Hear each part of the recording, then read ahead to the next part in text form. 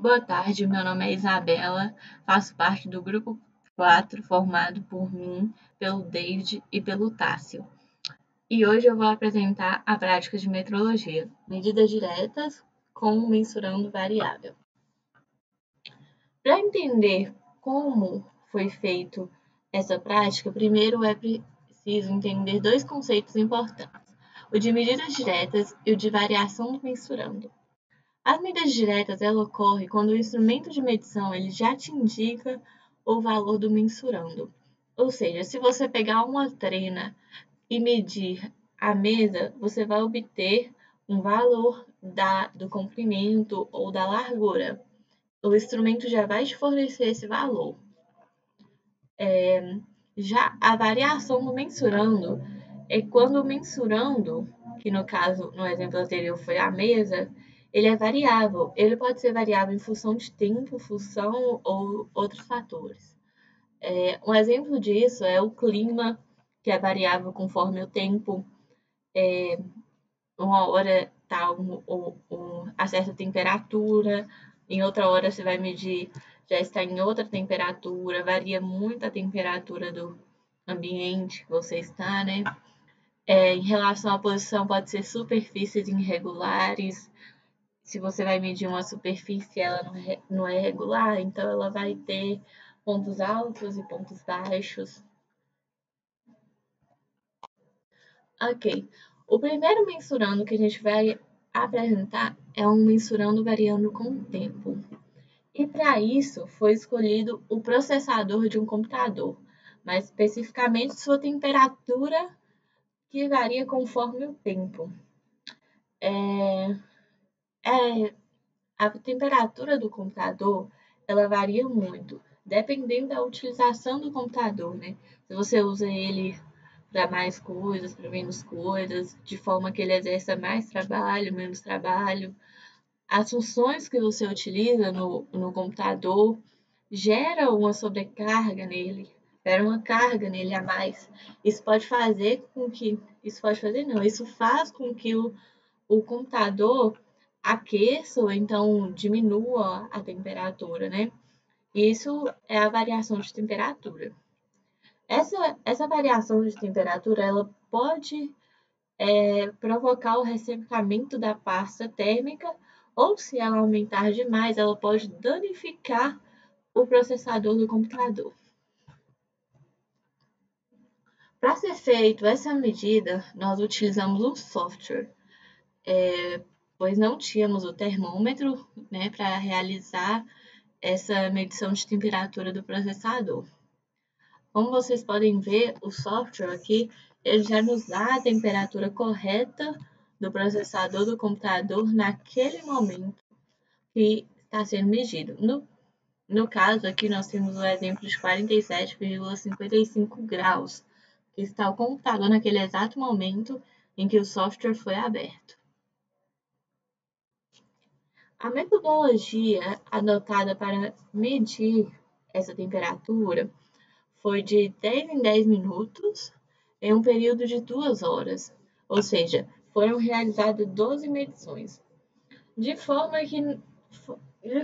a deixar o computador livre de cargas, sobrecargas, fazendo alguma coisa que não causaria o estresse nesse processador, de forma que ele não superaquecesse, como alguns jogos pesados ou softwares mais pesados de serem usados, coisas que acabam sobrecarregando e elevando a temperatura, mesmo o computador tendo uma ventilação para tentar manter a sua própria temperatura, né?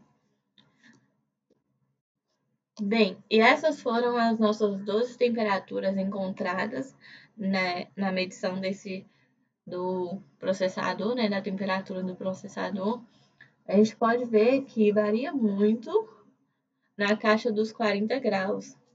Mas, por exemplo, na medida 9, a gente tem 51,28 graus. Na medida 6, a gente tem 54,12 graus. Isso foi tentando sem causar um superaquecimento, né? Sem usar muitas funções do computador ao mesmo tempo. Ok.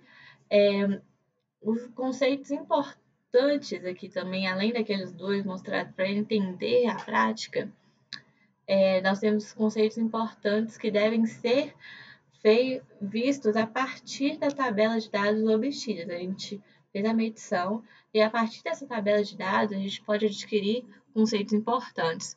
Um deles é o valor médio. O valor médio é o resultado da medição. E esse valor médio, ele sempre está entre, é um número contido, né? É um valor contido entre o ponto máximo e o ponto mínimo, o valor máximo e o valor mínimo, que se obteve de todas essas variações de posição, coisa do tipo. Dessa tabela de dados, pode-se obter o valor médio. Outro conceito muito importante também que a gente pode obter através dessa tabela de dados é a incerteza e o coeficiente de student, né?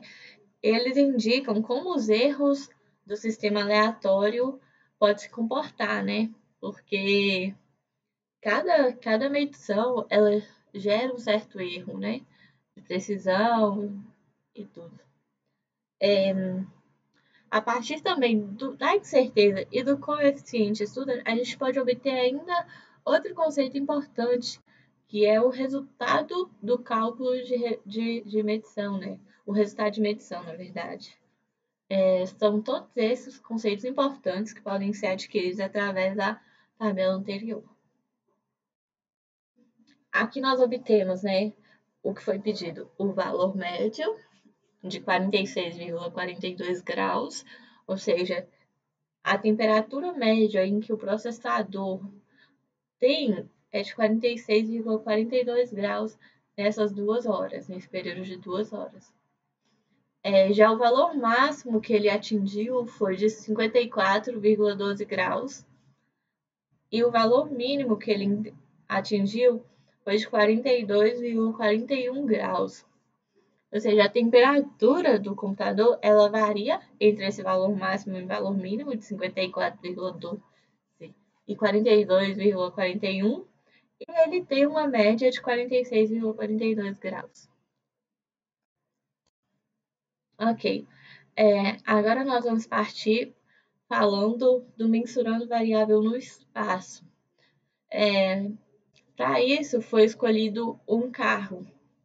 Esse carro é da marca, é do modelo, né, Chevrolet Classic LS, de 2016. Ele é da Fiat. E esse modelo foi escolhido por conta da sua variação de altura, né? Porque quando você vai olhar um formato de um carro, os carros geralmente possuem um formato mais curvilíneo, né? Na frente, para adquirir mais aerodinâmica, né?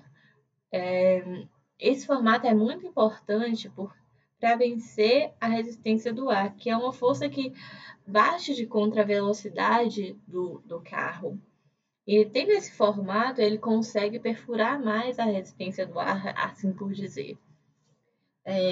Então, essa altura dele, por esse formato dos carros geralmente tem, né? Essa altura de um carro, ela varia muito, né? Aqui está o carro que foi escolhido para medir, né? A gente pode ver o formato dele, né? Mais aerodinâmico. E vocês podem ver que a alturas mais baixas, alturas médias, alturas mais altas. É bem irregular, assim por dizer, a altura de um carro. A metodologia. Para fazer a medição da altura desse carro, foi utilizado um instrumento principal, que foi a trena, e um instrumento secundário, que foi a régua, o auxílio de uma régua. Foi necessário 2 pessoas para fazer essa medição. Uma das pessoas ficou segurando a trena, né? De forma que ficasse regular ao carro, né? E a outra pessoa fez a medição, né, através com o auxílio da régua, ela fez a medição colocando a régua de maneira que ficasse reta com o carro e com a trena. E então foram feitas 12, já que, né, o comprimento do carro ele é de 415,2 centímetros, né, ou 4,152 metros, né? Essa é a, o comprimento de um carro. A gente pode dividir esse comprimento em 12 partes, que foram realizadas 12 medições, 12 partes de 34,6 centímetros. Então, a gente começou medindo ali no início, e a cada 34,6 centímetros do carro, do comprimento do carro, a gente fazia uma nova medição da altura do carro. Essa foi a tabela de valores obtidas, né? A gente pode ver que varia muito, o carro tem muitas variações né, de medições. A gente pode ver que ela também tem uma crescida, né? A medida começa bem baixa no início e vai aumentando até que chega em um certo ponto que é o máximo e aí vai diminuindo, assim como é o formato do carro. Os dados, os conceitos importantes a serem feitos e vistos também podem ser, já foram citados anteriormente, podem também ser citados e colocados em prática através dessa tabela também, como a média, o coeficiente de student, a incerteza. Todos esses conceitos eles podem ser aplicados também nessa tabela de valores, né? E obtendo o que foi pedido, a gente teve o valor médio, né, de 13,2 centímetros do carro, ou seja, 1,32 m, né? 1,132 m. O valor máximo de altura encontrado através dessas medições foi de 1,43,8 centímetros, né? Que foi encontrar. E o valor mínimo, que é o valor inicial lá na frente, a primeira medida a ser feita foi de 67 centímetros, né? O valor da altura do carro, então, ela varia entre 67 centímetros e 143,8 centímetros, com uma média de 13,2 centímetros.